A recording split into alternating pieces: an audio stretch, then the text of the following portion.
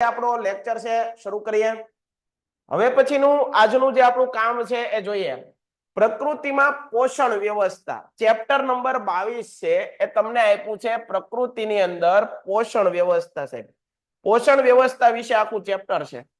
પ્રકૃતિ અને માનવ જીવન આ બંનેનો ગાઢ સંબંધ છે.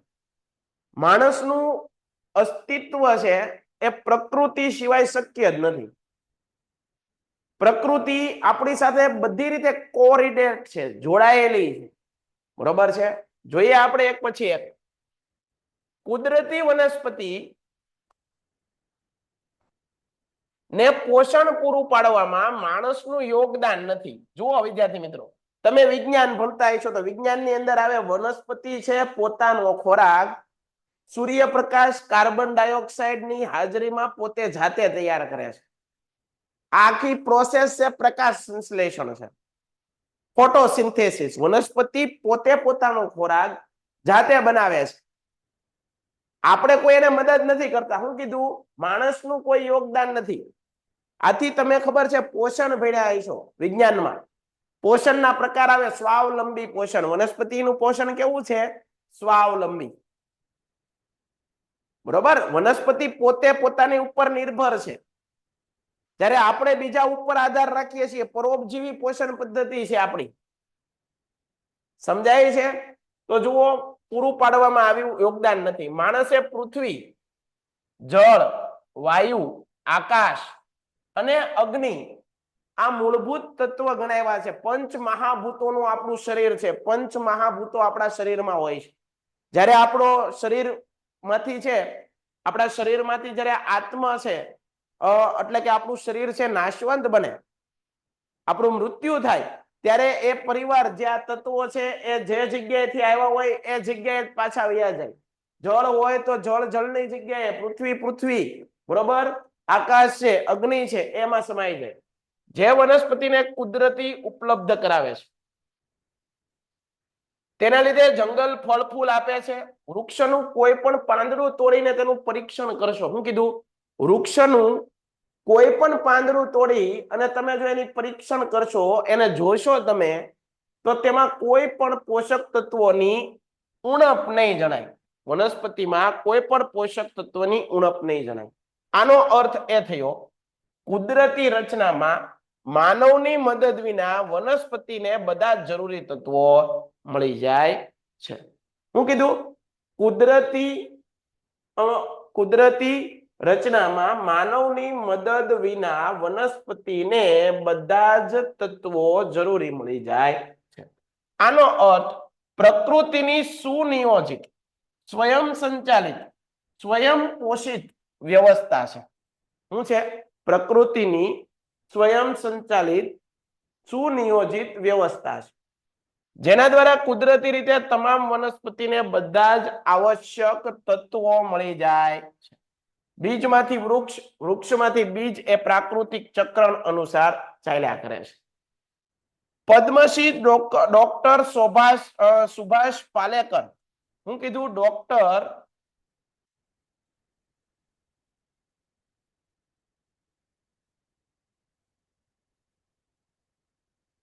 સુભાષ પાલેકરે પ્રકૃતિની વ્યવસ્થાને 4 પ્રકારે વર્ગીકૃત કરી. કેટલા પ્રકારે પ્રકૃતિની વ્યવસ્થાને? કેટલા પ્રકારે? તો કે ભાઈ 4 પ્રકારે પ્રકૃતિની વ્યવસ્થા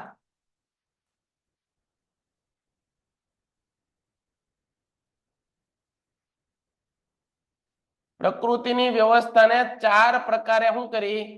એને ડિફાઇન કરી. ઓકે, આગળ જોઈએ. ડોક્ટર સુભાષ પાલેકર પ્રકૃતિની વ્યવસ્થાને કેટલા પ્રકારે વહેંચી છે? 4 પ્રકારે. કેટલા પ્રકારે? 4 પ્રકારે. પહેલું છે ખાદ્ય ચક્ર દ્વારા પોષક તત્વોનું નિયમન. શું છે? ખાદ્ય ચક્ર દ્વારા પોષક તત્વોનું નિયંત્રણ. કેશાકર્ષણ શક્તિ દ્વારા છોડના મૂળને પાણી, પોષક તત્વોની વ્યવસ્થા. છોડમાં મૂળથી લઈ અને વનસ્પતિના પાંદડા સુધી જે પાણી, ખનિજ દ્રવ્યો આ બધું પહોંચાડવાની જે પ્રક્રિયા છે એ પ્રક્રિયાને કહેવાય કેશાકર્ષણ. વનસ્પતિના મૂળ દ્વારા મૂળમાંથી પાણી ખનિજ દ્રવ્યો શોષાય અને છેક પર્ણ સુધી પહોંચાડવાની જે પ્રક્રિયા છે એને કેશાકર્ષણ કહેવાય. ચક્રવાત વાવાઝોડું દ્વારા સ્થાનિક અળસિયાની ગતિવિધિ, ખાદ્ય ચક્ર દ્વારા પોષક તત્વોનું નિયમન. પહેલો મુદ્દો કયો ભણીએ? ખાદ્ય ચક્ર દ્વારા પોષક તત્વોનું નિયમન. પ્રાકૃતિક વ્યવસ્થાનો એક નિયમ છે. શું છે? પ્રાકૃતિક વ્યવસ્થાનો એક નિયમ છે. જે પણ તત્વ જ્યાંથી નીકળે, સમજો, જે પણ તત્વ જ્યાંથી નીકળે ત્યાં જ પાછું પહોંચવું પડે તો પ્રકૃતિનો નિયમ લાગુ પડે છે એમ કહેવાય. શું કીધું? જે તત્વ જ્યાંથી નીકળે ત્યાંનું ત્યાં પાછું પહોંચે તો એમ કહેવાય કે આ પ્રકૃતિનો નિયમ લાગુ પડે. સમજાવું. દાખલા તરીકે દરિયાનું પાણી. દરિયાનું પાણી છે, દરિયો ગરમ થાય, સૂર્યનો પ્રકાશ પડે એટલે દરિયાનું પાણી કેવું થાય? ગરમ. ફરીવાર, સૂર્યનો પ્રકાશ પડે દરિયા ઉપર એટલે દરિયાનું પાણી ગરમ થાય. તમને ખબર છે, ગરમ વસ્તુ હોય દરિયાની સપાટી ગરમ થશે, ઉપરનું પાણી ગરમ, નીચે ઠંડુ. બરોબર? ગરમ થાય એટલે તમને ખબર છે કોઈ પણ ગરમ હવા હોય ને એ વિસ્તરણ પામે. શું પામે? ગરમ હવા શું પામે? વિસ્તરણ પામે. હવે ગરમ હવા ઉપર ઉપર ઉપર ઉપર ઉપર જતી જાય તો ગરમ હવા છેવટે શું થાય? એક સમયે શું થઈ જાય? ઠંડી પડશે. ગરમ હવા એક સમયે શું પડશે? ઠંડી. આ ઠંડી હવાનો શું બને? ભેજ. ભેજના શું બને? વાદળ. વાદળ શું કરે? પાછા વરસે. વરસે પછી પાછા નદીમાં, તળાવ, સરોવર, આમાં બધા વરસીને છેલ્લે ક્યાં આવે? પાછા દરિયામાં. જ્યાંથી નીકળ્યું ત્યાં ને ત્યાં પહોંચી ગયું. તો આનો મતલબ પ્રકૃતિનો નિયમ લાગુ પડે છે કે નહીં? પ્રકૃતિનો નિયમ લાગુ પડે છે કે નહીં? હા, પ્રકૃતિનો નિયમ પડે છે લાગુ. હા. આગળ, જે પણ તત્વ જ્યાંથી નીકળે તેને ત્યાં પાછું પહોંચવું જ પડે. કોઈ પણ તત્વ પોતાની સ્થિતિમાં પાછું આવી જાય એને પ્રાકૃતિક નિયમ કહેવાય. પ્રાકૃતિક નિયમ કોને કહેવાય? જ્યાંથી જે વસ્તુ નીકળે છે ત્યાં ને ત્યાં જ પાછું આવી જાય તો એને પ્રાકૃતિક નિયમ કહેવાય. કાર્બન ડાયોક્સાઇડ હવામાંથી વૃક્ષમાં શોષાય. જુઓ, કાર્બન ડાયોક્સાઇડ છે વાતાવરણની હવામાંથી વૃક્ષની અંદર શોષાય છે. તે વૃક્ષના અવશેષોના દહન અને વિઘટન થી પાછો હવામાં ચાલ્યો જાય છે. જ્યારે વૃક્ષમાં આવે અને વૃક્ષને જ્યારે બાળવામાં આવે તેમાંથી ધુમાડો નીકળે. ધુમાડામાં શું હોય? Carbon dioxide. કાર્બન ડાયોક્સાઇડ પાછો ક્યાં વયો ગયો? હવામાં. વનસ્પતિએ લીધો પ્રકાશ સંશ્લેષણમાં પ્રાણવાયુ તરીકે, ખોરાક બનાવ્યો, વનસ્પતિ મોટી થઈ, એક સમયે સુકાઈ ગઈ, બળી ગઈ અને પછી એ લાકડું બાળો અને ધુવાડો નીકળે તો એ ક્યાં જાય? પાછો કાર્બન ડાયોક્સાઇડ. ક્યાં જાય? હવામાં. તો પ્રકૃતિનો નિયમ લાગુ પડે છે. એમ જ પાણી બાષ્પ સ્વરૂપે મહાસાગરમાંથી ઉપર જઈ વાદળ રૂપે બંધાય, વરસાદ રૂપે પાછું મહાસાગરમાં પરત ફરે. હવે જોઈએ કાર્બન ચક્ર. તમને પરીક્ષામાં પહેલા અગાઉ પૂછાનું હોય છે જળ ચક્ર એટલે શું? કાર્બન ચક્ર, નાઇટ્રોજન ચક્ર, બરાબર? આવું ભણવામાં આવતું. કોઈ પણ છોડના લીલા પાંદડા પ્રકાશ સંશ્લેષણની ક્રિયાના માધ્યમથી હવામાંથી જે કાર્બન લે છે એ ખોરાકનું નિર્માણ કરે. તે કાર્બન છોડમાં સંગ્રહિત થાય. આ છોડની આયુ સમાપ્તિ પછી આ છોડનું બેક્ટેરિયા દ્વારા શું થાય? વિઘટન થાય અને અંગારવાયુ પાછો હવામાં મુક્ત થાય. હવામાંથી લીધેલો કાર્બન હવામાં પાછો ચાલ્યો જાય. જો છોડને સળગાવીએ તો ધુમાડાના સ્વરૂપમાં કાર્બન ડાયોક્સાઇડ હવામાં ચાલ્યો જાય છે. અને કાર્બનનું સંતુલન હવામાં સુનિયોજિત રાખે છે. પ્રકૃતિની વ્યવસ્થા છે કે જે પદાર્થ જ્યાંથી નીકળે તે પદાર્થ ત્યાં જ પાછો જશે. જળ ચક્ર. પૃથ્વીના 71% ભાગમાં પાણી છે. શું છે? પૃથ્વી છે. આપણી પૃથ્વી એ ઉપરથી તમે અવકાશમાંથી જુઓ તો પૃથ્વી આપણને નીલા રંગની દેખાય. શા માટે નીલા રંગની દેખાય? કારણ કે મોટા ભાગના પૃથ્વી પર શું છે? મહાસાગરો છે. અને આ મહાસાગરોના પાણીના કારણે આ પૃથ્વી છે એ આપણને લીલા રંગની. સૂર્યના તાપથી આ જે પાણી છે એનું તાપમાન વધે. પાણી શું થાય? ગરમ. એનાથી શું બને? બાષ્પ બને. બાષ્પ એટલે કે વરાળ. બાષ્પ એટલે કે શું થાય? વરાળ બને. અને વરાળના વાદળો બને. વાદળો પાછા વરસે જે મોટા ભાગે સપાટી ઉપરથી નદી તળાવ દ્વારા વહી અને મહાસાગરમાં પહોંચી જાય. જે પાણી ભૂમિમાં ઉતરી ભૂગર્ભ સ્વરૂપમાં સંગ્રહિત થાય, જે ઝરણાના રૂપમાં નદીઓ દ્વારા અંતે સમુદ્રમાં પાણીમાં ભળી જાય છે, આ રીતે પ્રકૃતિની વ્યવસ્થામાં સજીવ સૃષ્ટિના જીવન વ્યવહાર માટે ઉપલબ્ધ થઈને પાણી અંતે સાગરમાં પાછું પહોંચી જાય છે. ઉર્જા ચક્ર. ઉર્જાનો મુખ્ય સ્ત્રોત સૂર્ય છે. તમને ખબર છે સૂર્ય એ ઉર્જાનો મુખ્ય સ્ત્રોત છે. સૂર્ય દ્વારા દ્રવ્યનું રૂપાંતર નિરંતર ઉર્જામાં થયા કરે. આ સૂર્યના કિરણો દ્વારા ઉર્જાનો કેટલોક હિસ્સો પૃથ્વી સુધી પહોંચે છે. શાકાહારી જીવ જે ખોરાકમાંથી ઉર્જા મેળવે છે તે ઉર્જા સંગ્રહિત કરવાનું કામ લીલા પાંદડાઓ કરે છે. આ વનસ્પતિ આયુષ્ય સમાપ્તિ થયા બાદ અવશેષોના વિઘટન અથવા બળવાથી ઉર્જા મળતા ઉર્જા ચક્ર પૂર્ણ થાય. જોઈએ આગળ. પ્રયોગ માટે 10 લીલા પાન તે વનસ્પતિના એવડા જુઓ.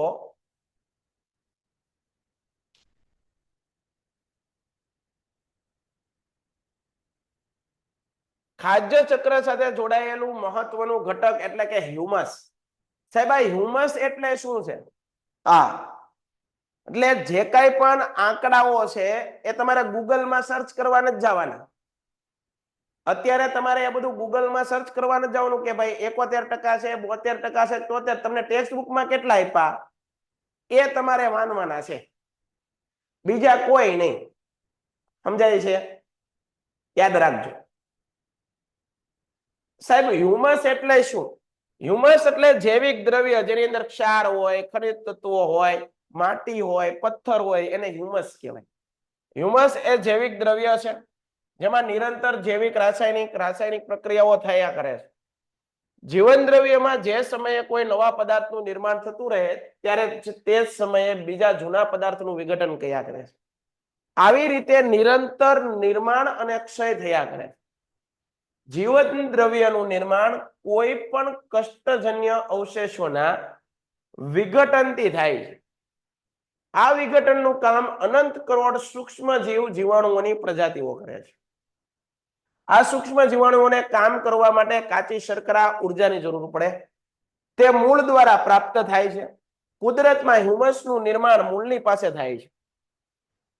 મૂળથી દૂર પ્રયોગશાળામાં નહીં, કુદરતી રચનામાં પ્રકાશ સંશ્લેષણ ક્રિયાના માધ્યમથી લીલા પાંદડા જેટલી કાચી શર્કરા બનાવે છે. તેનું 25% ભાગ મૂળ દ્વારા જીવાણુઓ સુધી પહોંચે છે અને તેના બદલામાં જીવાણુ હ્યુમસ નિર્માણ કરી અને મૂળને પોષક દ્રવ્યો ઉપલબ્ધ કરાવે છે. આગળ જોઈએ કેશાકર્ષણ. વરસાદનું પાણી ગુરુત્વાકર્ષણની શક્તિ દ્વારા ભૂગર્ભ જળમાં જાય.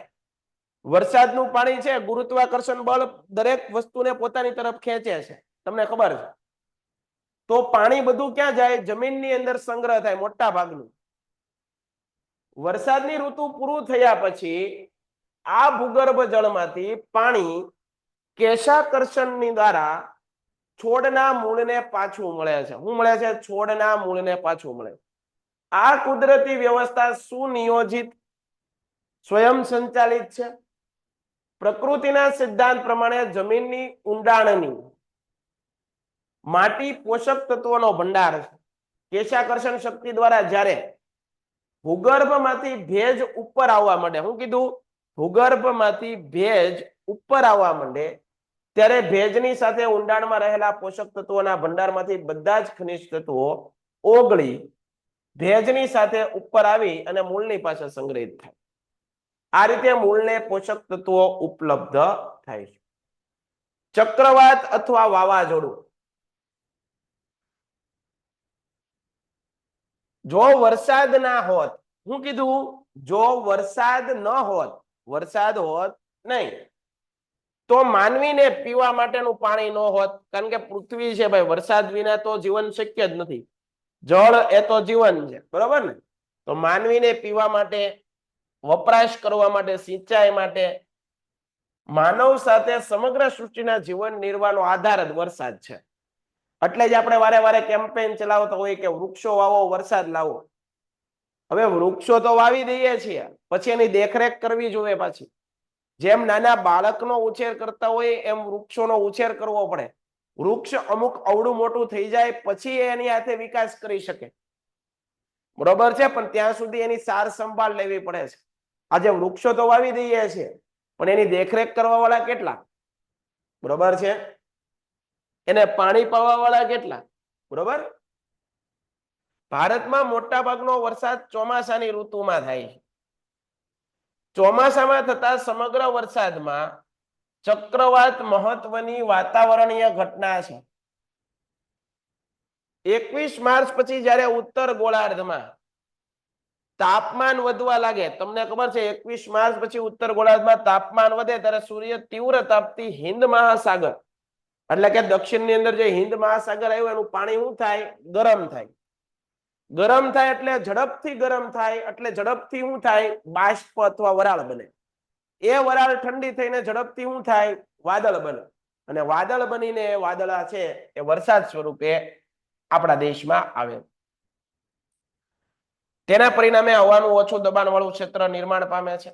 આ ઓછા દબાણ વાળા ક્ષેત્રની આસપાસ હવા ચક્રાકાર ફરવા લાગે છે, જેનાથી ચક્રવાતનું નિર્માણ થાય છે. ભારતીય કૃષિને અસર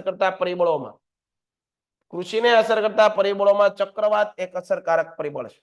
જ્યારે ચક્રવાતની ઘટના બને છે ત્યારે રાસાયણિક ખેતીમાં પાકોને વધુ નુકસાન થાય, જ્યારે પ્રાકૃતિક કૃષિમાં પાકોને તેનાથી ઓછું નુકસાન થાય, કારણ કે પ્રાકૃતિક ખેતી છોડને વધુ બળવાન બનાવે છે. આ જાણીએ 40 વર્ષનું એક વૃક્ષ 40 વર્ષનું એક વૃક્ષ એક દિવસમાં, હું કીધું 40 વર્ષનું કોઈ વૃક્ષ હોય એ એક દિવસમાં 200 લીટર પાણી, હું કીધું 200 લીટર પાણી બાષ્પના સ્વરૂપમાં હવામાં છોડે છે. વૃક્ષથી વરસાદ કેમ આવે છે તો એનું કારણ મળી ગયું. કોઈ એક વૃક્ષ હોય એ દિવસ દરમિયાન કેટલું લીટરનું પાણી છોડે છે? 200 લીટર જેટલું બાષ્પ અથવા વરાળ બાષ્પના સ્વરૂપમાં હવા છોડે છે. જો વાદળાઓને પાણીથી ભરવા હોય તો હવામાં ભેજનું પ્રમાણ વધારવા માટે વધારે વૃક્ષો વાવવા પડશે. શું કરવું પડશે? વધારે વૃક્ષો વાવવા પડશે, જેથી ખાલી વાદળો આ ભેજને શોષી લે અને જ્યારે પાણીથી સંતૃપ્ત થાય ત્યારે વરસાદ આવશે. બરોબર. આગળ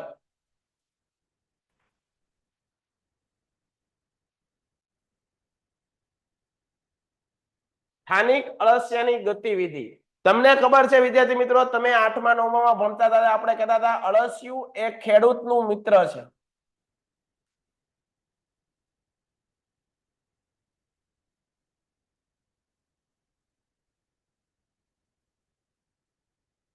સાહેબ, અળસિયું છે એનું ખાતર છે એને કહેવાય વર્મી કમ્પોસ્ટ.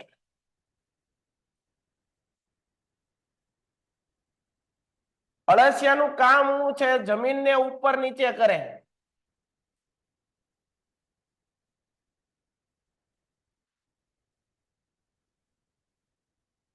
જમીનને પોચી બનાવે.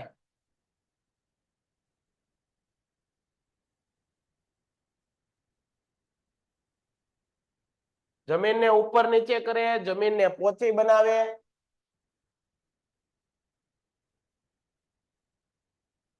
બરોબર છે. જમીનને નરમ બનાવે, જમીનને નરમ બનાવે.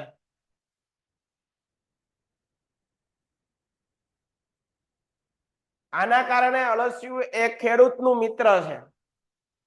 સ્થાનિક અળસિયા માટી ખાય છે. જે અળસિયા છે એ અળસિયાના ઉત્સર્ગ દ્રવ્યો હોય છે, નકામો કચરો છોડે છે, એ ખાતર તરીકે ઉપયોગ થાય છે. આથી ડાયો ખેડૂત, સમજુ ખેડૂત, જેને કંઈક પોતાનું ખેતર છે, એની જમીનને ફળદ્રુપતા બનાવી હોય, એ લોકો શું કરે છે? અળસિયાનું ખાતર નાખે છે. બરાબર, તો યાદ રાખશું. શું કરે છે? જુઓ, સ્થાનિક અળસિયા પોતાના 15 વર્ષના આયુષ્કાળમાં દિવસ રાત 24 કલાક એની ગતિવિધિ શરૂ હોય, એનો કાર્યક્રમ શરૂ જ હોય. જમીનને ઉપર નીચે ઉપર નીચે ઉપર નીચે કરવાનું કામ શરૂ જ રાખે. એ રજા નથી લેતા. આયુષ્ય નાનું હોય છે. આપણે કેમ ઘરમાં મિક્સર હોય, મિક્સરનું કામ શું હોય? વસ્તુને દળી નાખે. બરોબર છે ને? તો એવું કામ અળસિયું કરે છે. તે જમીનમાં કાણા પાડે. કાણા પાડે તો એની અંદર હવા જઈ શકે, ભેજ જઈ શકે, પ્રકાશ જઈ શકે, આના કારણે છોડનો વિકાસ પણ સારો થાય. ભૂમિમાં પ્રવેશ કરે, ઊંડાઈ સુધી જાય, કાણા પાડે, ત્યારબાદ બીજું કાણું પાડી તેનાથી ઉપર આવે. ભૂમિની સપાટી ઉપર આવી અને ખનિજથી અસમૃદ્ધ વિષ્ટા એટલે કે ઉત્સર્ગ દ્રવ્ય છોડે છે, જેનાથી છિદ્રાળુ બની જાય છે. આવરણ બનાવે છે, તે છિદ્ર બાહ્ય આવરણ સામે ટકી રહે છે, જેનાથી વરસાદનું પાણી ભૂમિમાં સરળતાથી ઉતરતા ભૂગર્ભ જળનું સ્તર ઉપર આવે છે અને માટીનું ધોવાણ અટકે છે. અળસિયા અંદર પ્રવેશ કરે ત્યારે માટી, રેતી, કાચા પથ્થર પોચું બનાવે છે, જમીનને પોચી બનાવે છે. મેં હમણાં જ કીધું, ઉપયોગી જીવાણુ મળી બળવાન બનાવી વિષ્ટાના માધ્યમથી ભૂમિ ઉપર છોડી દે છે. અળસિયાની વિષ્ટામાં એટલે એના ઉત્સર્ગ દ્રવ્યમાં જમીન કરતા પોષક દ્રવ્યો નોંધ પ્રમાણ હોય છે. ખનિજ તત્વો વનસ્પતિમાં મહત્વનો ફાળો આપે છે. આ ઉપરાંત વિષ્ટામાં રોગ પ્રતિકારક શક્તિ આપનાર અત્યંત ઉપયોગી એન્ટીબોડીઝ હોય, જે છોડને મૂળને તેમજ મૂળની નજીક ઉપયોગી સૂક્ષ્મજીવોની રોગકારક શક્તિ વધારે છે, જેનાથી અનુકૂળ બળવાન ભૂમિનું નિર્માણ થાય છે. તેમાં ઉગનારા છોડ, વૃક્ષ પણ સ્વસ્થ રહેશે, તેને ખાનાર પશુ પક્ષી પણ, માનવ પણ સ્વસ્થ બનશે. અળસિયાની સક્રિયતા ચાલુ રહે તે માટે જરૂરી સૂક્ષ્મ પર્યાવરણનું નિર્માણ કરવું પડે. આ જરૂરી સૂક્ષ્મ પર્યાવરણ ન મળે તો અળસિયું સુષુપ્ત અવસ્થામાં ચાલ્યું જાય. આ વિશિષ્ટ પરિસ્થિતિ એટલે સૂક્ષ્મ પર્યાવરણનું પુનઃનિર્માણ થાય તે અળસિયા સક્રિય કાર્યરત. સૂક્ષ્મ પર્યાવરણ એટલે શું? આ વ્યાખ્યા પાકી કરી નાખવી.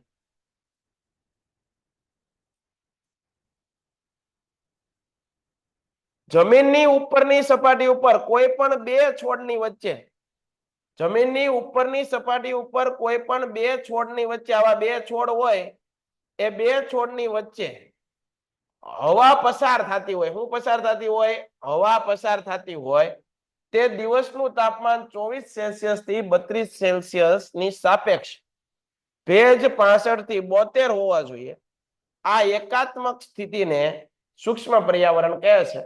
સૂક્ષ્મ પર્યાવરણનું નિર્માણ જીવામૃત, ઘન જીવામૃત અને આચ્છાદન દ્વારા કરવામાં આવે છે. બરોબર છે? તો આ વાત કરી આપણે તમારું 22મું ચેપ્ટર, જે તમને અગત્યનું છે, પરીક્ષાની અંદર આવે એવું પણ છે, તો એની આપણે ચર્ચાઓ કરી.